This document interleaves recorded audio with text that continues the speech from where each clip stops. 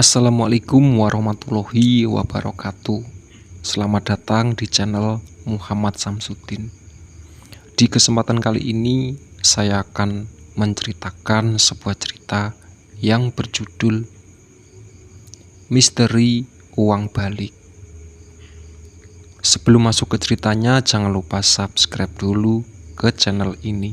Oke, langsung saja yuk ke ceritanya. Uang balik adalah istilah untuk menyebut sebuah media pesugihan berupa uang gaib, di mana uang yang dibelanjakan bisa kembali lagi ke dompet atau ke kantong. Dengan demikian, seorang bisa menjadi kaya raya karena mendapat keuntungan dari uang kembaliannya. Dan inilah kisah horor misteri uang balik.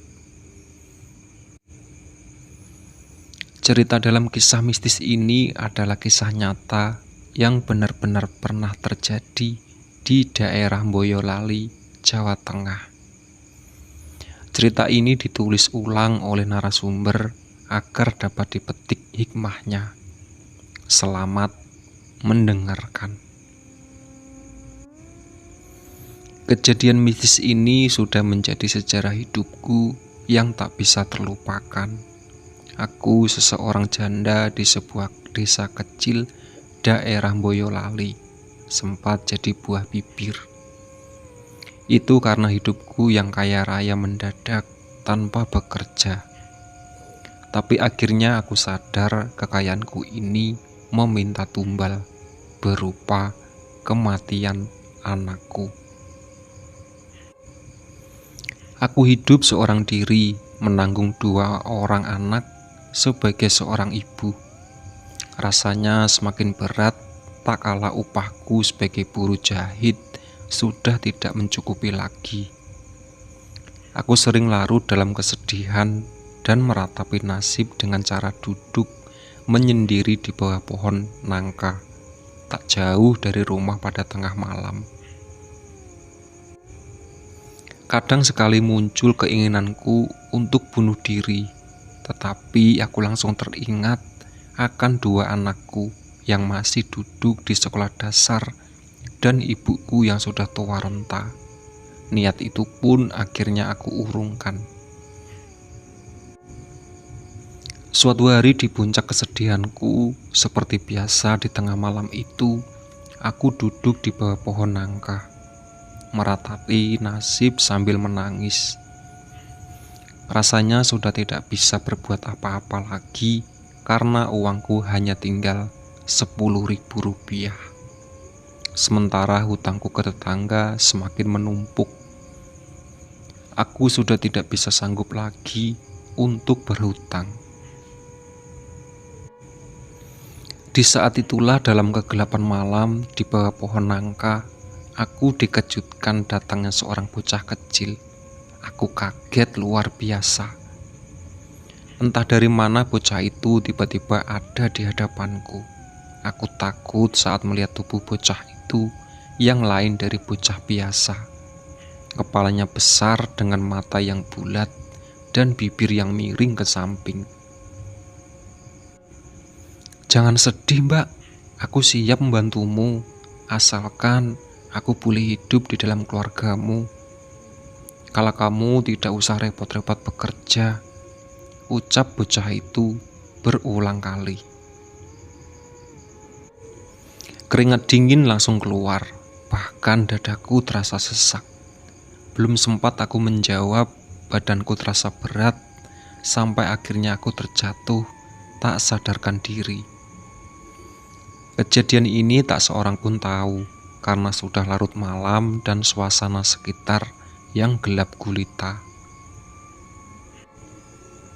Beberapa menit kemudian aku tersadar dan langsung berjalan tertatih-tatih masuk ke dalam rumah. Bocah aneh itu sudah hilang entah kemana. Rasanya tubuhku jadi lelah sekali. Segera aku rebahkan tubuh di samping anakku yang sedang tidur pulas. Keesokan paginya aku bangun kesiangan. aku teringat uangku hanya tinggal 10.000 saja. Dengan uang ini, aku hanya bisa membeli sebungkus nasi dan lauk pauk. Tak mungkin dipakai untuk membeli beras. Saat itu juga aku pergi ke warung nasi Mbok Sum. Ternyata semua yang kubeli totalnya Rp6.000. Saat uang kembaliannya aku masukkan ke kantong, aku kaget bukan kepalang. Tanganku menyentuh selembar uang. Setelah kukeluarkan, kulihat selembar uang 10.000 dengan wujud yang persis seperti uang yang telah aku bayarkan. Jadi uangku sekarang menjadi Rp14.000. Kejadian aneh ini membuatku merasa tidak percaya dan penasaran dari mana uang itu berasal. Akhirnya aku mencoba belanja di pasar. Ternyata setiap aku bayarin uang itu bisa kembali lagi ke dalam kantongku.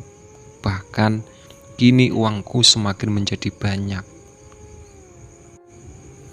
Hari demi hari kulewati, tak terasa sudah berapa bulan rahasia ini aku simpan. Aku bisa memenuhi kebutuhan anak-anakku mulai dari sampai mainan, apapun mereka minta bisa ku beli. Kejadian aneh yang mengubah hidupku ini tak hayal menjadi omongan para tetangga, tapi semua aku biarkan dan kuanggap angin lalu. Namun saat menjelang hampir 1 tahun, mendadak anakku yang paling kecil sering sakit-sakitan. Bahkan yang lebih aneh, setiap malam anakku merontak ketakutan dan berteriak histeris. Ibu jahat, ibu jahat, ibu mau membunuhku. Tentu saja aku kebingungan dan tak mengerti. Setiap tengah malam anakku takut saat melihatku yang katanya mau mencekik lehernya. Aku pun berinisiatif membawa ke dokter, tapi hasilnya nihil. Akhirnya atas beberapa saran dari teman, aku konsultasi ke seorang kiai. Dari penuturan sang kiai, aku disarankan mencari pekerjaan yang halal. Aku dianggap sudah bekerja sama dengan makhluk gaib yang berwujud bocah aneh pada malam itu. Bocah kecil itu menatap dalam tubuhku dan menghendaki nyawa anakku sebagai ganti dari semua uang yang kudapat. Dan yang lebih buruk, anakku harus mati melalui ibunya sendiri, yakni dengan tanganku sendiri. Mendengar keterangan kiai itu, badanku langsung lemas. Dari lubuk hati, aku tidak ingin menjadi kaya jika harus mengorbankan anakku. Aku disuruh kembali kepada Tuhan dengan rajin melakukan sholat. Sedangkan untuk mengusir bocah aneh itu, aku harus kembali menyendiri di pohon nangka dan meratapi lagi. Malam itu juga sepulang dari rumah Pak Kiai, aku duduk menyendiri di bawah pohon nangka. Dalam kegelapan malam, aku terus menangis meratapi nasib anakku dan meminta bocah aneh itu segera pergi dari tubuhku ini. Dan kejadian aneh pun terulang lagi. Dadaku terasa sesak sampai ke leher. Lalu tiba-tiba sosok bocah itu keluar dari tubuhku dengan meloncat. Dia langsung pergi dan menghilang begitu saja di balik pohon nangka. Meski badan jadi terasa lelah sekali, aku sangat bersyukur karena bocah aneh itu kini telah pergi. Aku segera menengok anakku yang sedang tidur pulas di dalam kamar. Esok hari anakku terbangun dengan tersenyum, seakan tidak ada yang terjadi sebelumnya dan semua ku alami hanya mimpi. Seiring waktu, uang tabunganku pun akhirnya habis. Kejadian-kejadian aneh seperti uang yang bisa kembali lagi ke kantong sudah tidak terulang lagi. uang yang kubelanjakan langsung habis, tak tersisa.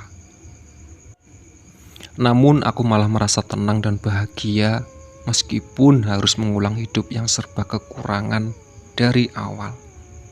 Setidaknya nyawa anakku tidak terancam. Terima kasih Tuhan. Demikianlah cerita horor misteri uang balik yang sangat menyeramkan ini. Apakah uang balik itu benar-benar nyata adanya? Ya, media tersebut bisa merupakan perwujudan uang gaib atau uang biasa yang telah terisi kodam dari pesugihan. Baik uang gaib maupun uang kodam, keduanya termasuk dalam jenis pesugihan, di mana ada tumbal untuk setiap kekayaan yang diperoleh. Itulah sebabnya kami selalu mewanti-wanti pendengar untuk jangan pernah mengikat janji dengan iblis, karena pasti akan menyesal kemudian. Wallahualam.